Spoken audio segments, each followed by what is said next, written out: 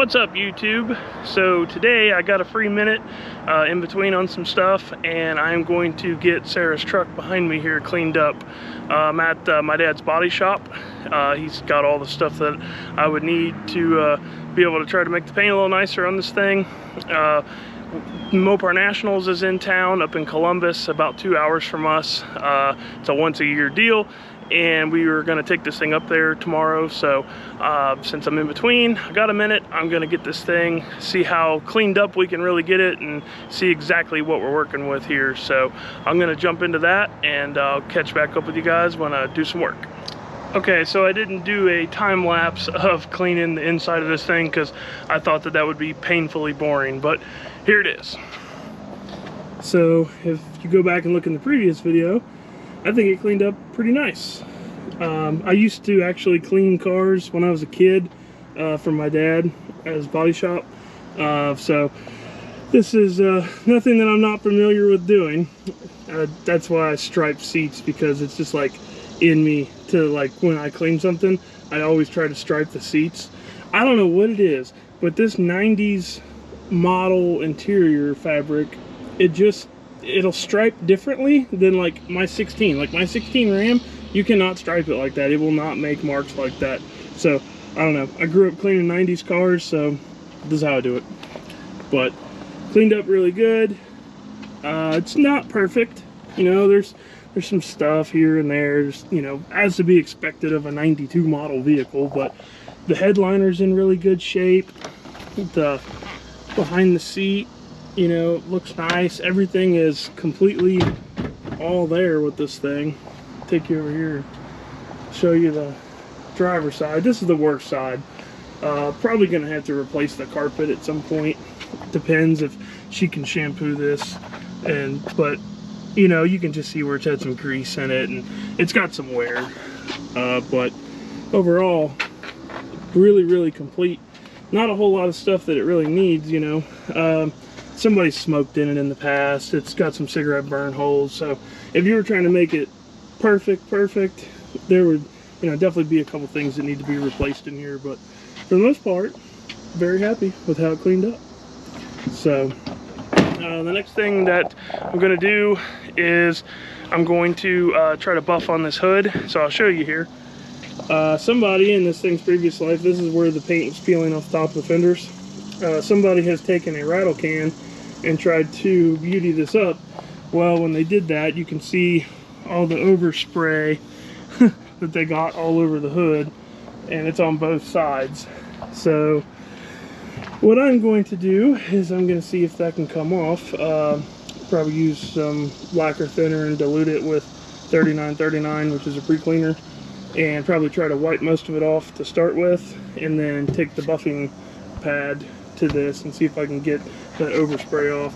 Same for like the sides of the fender here. I don't know if you can really see that in the light here, but where the overspray is, I'm going to try to do the same process here. Just try to clean it up a little bit nicer, make the paint look as nice as it can until we get around to fixing all this stuff right. So I'm going to start working on that and probably set you guys up for a little time lapse on that, and then we'll talk about some buffing tips and tricks.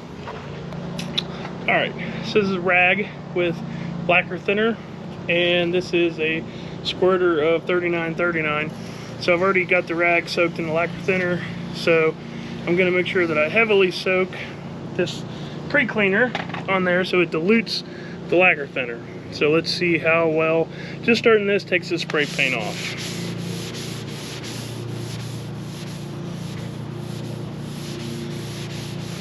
Feels like it's doing something. Man, it's all the way out here.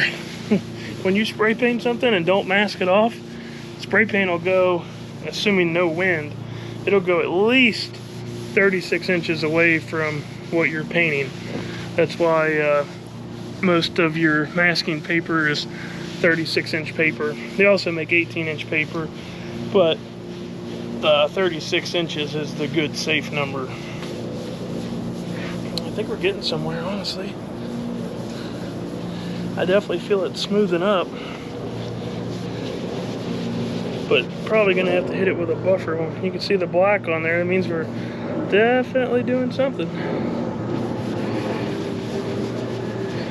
Probably have to, it'll probably micro scratch the crap out of it doing all this, so have to hit it with a buffer when we're done and see what we got.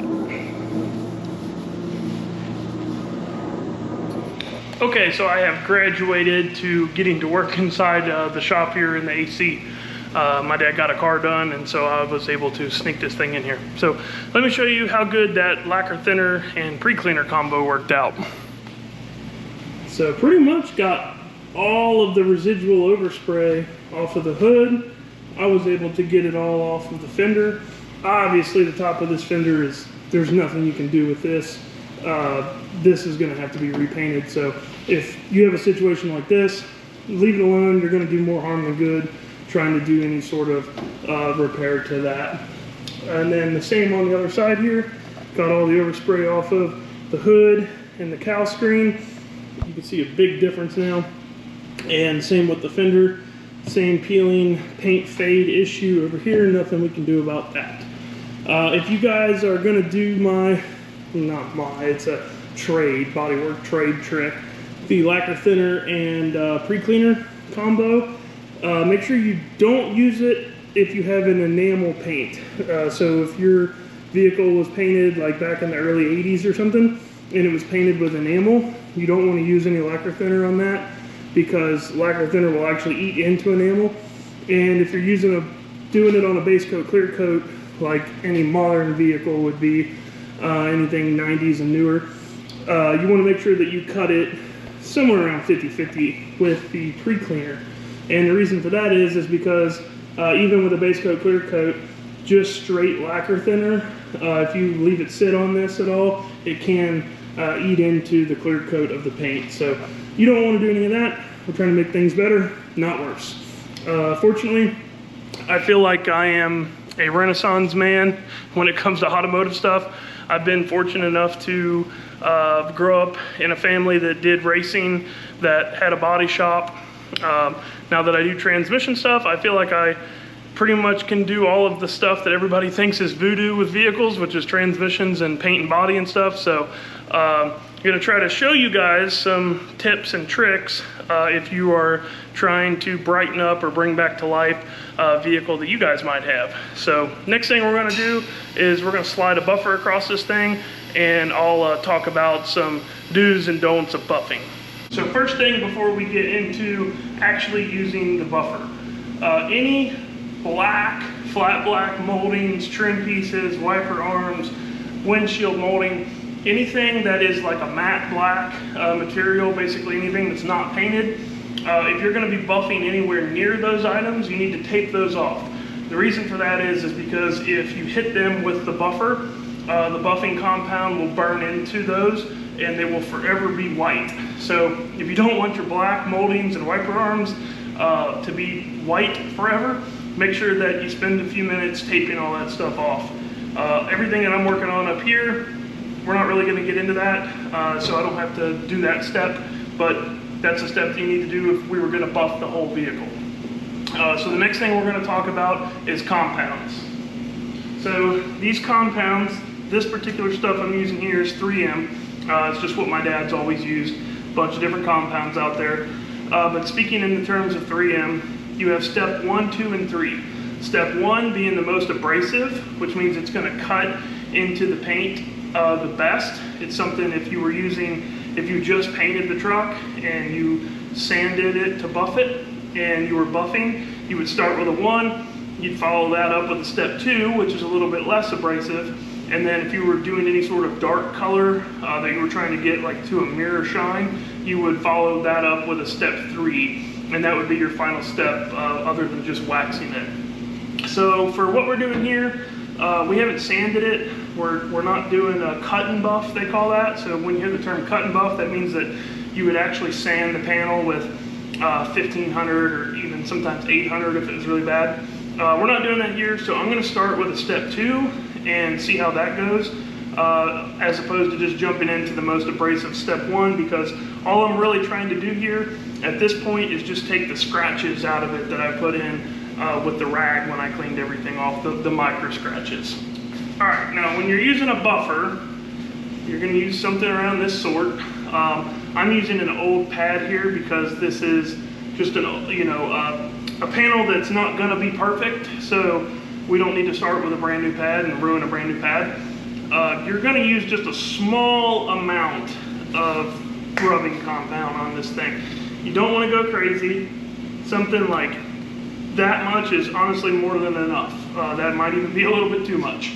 And you want to use it at a slow speed. If you go real fast, we're just woo! All you're doing is slinging compound everywhere. You have a lot better chance of cutting too deep and burning the paint. When you hear burn the paint, that means you've actually burnt the clear coat off of the paint, and then there's nothing you can do about it at that point. You have to repaint it to fix that. Stay away from the edges. Any sort of edge where paint is going to be the easiest place for you to burn the clear off of it. And if you burn it too much, you can burn all the way down to bare metal. So stay away from your edges, especially on foreign cars. Newer foreign cars, they don't put hardly any paint on the edges of the panel. So just be mindful of that. You want to go at a slow speed and just kind of take your time and work the panel.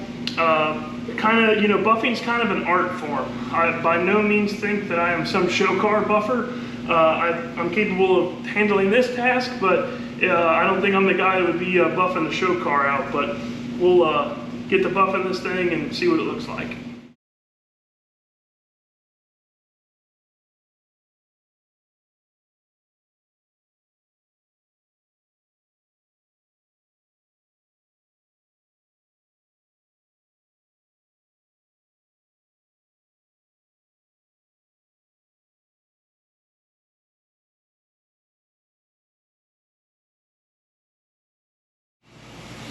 Okay, so that was just going over with the buffer with step 2, and you can see how much of a tremendous improvement that was. To compare, here's the side I have not done yet. You can tell it doesn't have quite the shine that that side does, because it still has a little bit of overspray and micro scratches on it. But this side is quite a bit better. This is not a show car finish. If we were trying to get this show car, we would start with step 1. We'd probably even hit it with some at least 3,000.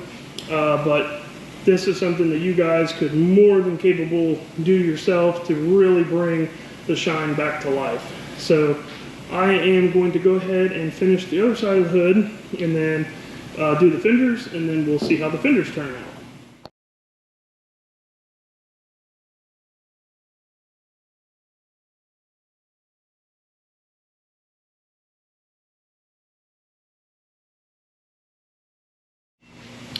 All right, well there we go. Step 2 done on the fenders. Looks way better. Did the other side. Other side turned out just as good. Now you'll know on black, if you've got a bunch of swirl marks in it, as soon as you pull it out in the sunlight, you'll be like, oh my God. Black is the hardest color to buff and not put swirl marks in. So if you do have some swirl marks in it, it's no big deal. That's where that step 3 on black really helps a lot. That's a good option to go back over it with. If you still have a little bit, just some regular wax and some good old hand rubbing, and you'll usually be able to polish those right out. As long as you didn't like really burn the swirl marks in, you can just polish them out. And if you did, no big deal, just go back over it with the buffer. You'll notice that I was going slow. It's hard to tell in the time lapse probably, but I was basically moving at a pace about like this, and the buffer was turning very, very slowly. Like this is how fast the buffer was going. So you can see that that's not very fast, and then when you put it on the panel, it'll actually slow it down a little bit too. So I'm not going to step 3 this because it's looking so good the way it is. Since the hood and roof had been repainted before, if I step 3 that hood, even if I buff the whole rest of the truck like this, the hood is going to be noticeably nicer than the rest of the truck, and it's going to look weird. So I'm just going to stop at step 2. I'm happy with it. It's tremendously better than when we first got the truck.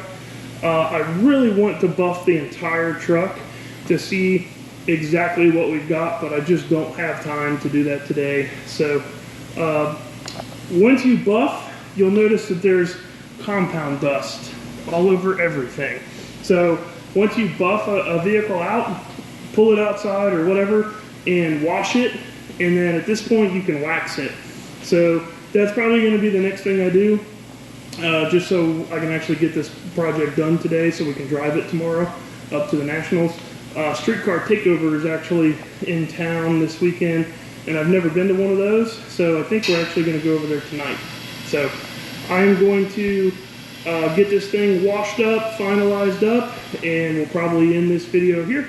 So I just wanted to do a little video showing you guys how to bring paint back to life on something that has had seen better days.